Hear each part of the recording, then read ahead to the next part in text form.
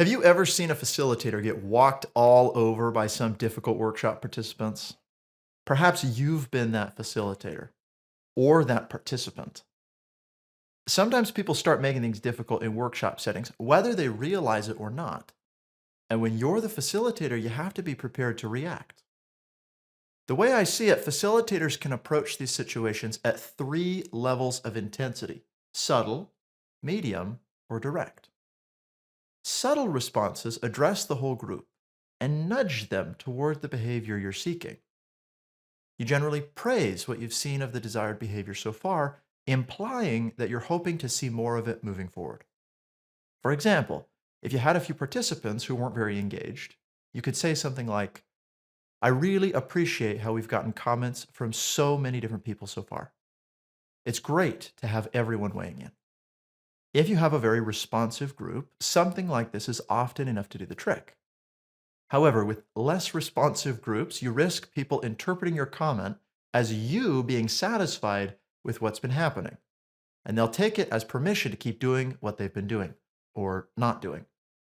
It can also seem a bit passive aggressive if the challenge you're addressing has been obvious to everyone and it feels like you're indirectly calling people out. Let's talk about medium responses.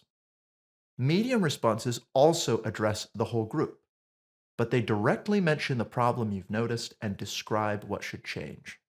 So, for example, with the same unengaged participants, you might say something like, "Thanks for everyone's participation so far. I've noticed that some of you feel a lot more passionately about this than others. We're missing the perspective of those of you who've held back, and we'd love for you to weigh in moving forward."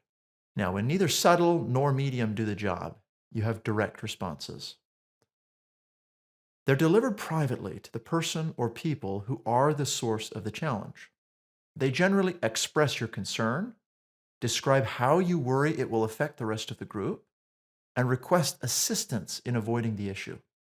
For example, "So and so, we haven't had the chance to hear much from you today.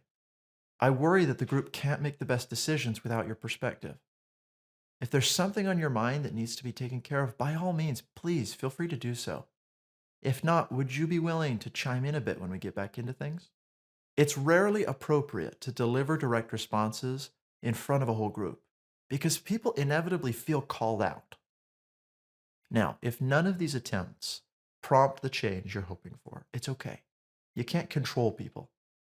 But never forget that one of your responsibilities as a facilitator is to protect the goals of the workshop and leverage the time and the people present to reach those goals. Start subtle, then go medium, and finally get direct if need be. Good luck.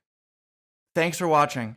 If you want to see more of our UX videos, take a look at these over here and consider subscribing to our channel. On our website, nngroup.com, you can access our free library of over 2,000 articles. You can also register for one of our UX courses that offer live hands-on UX training.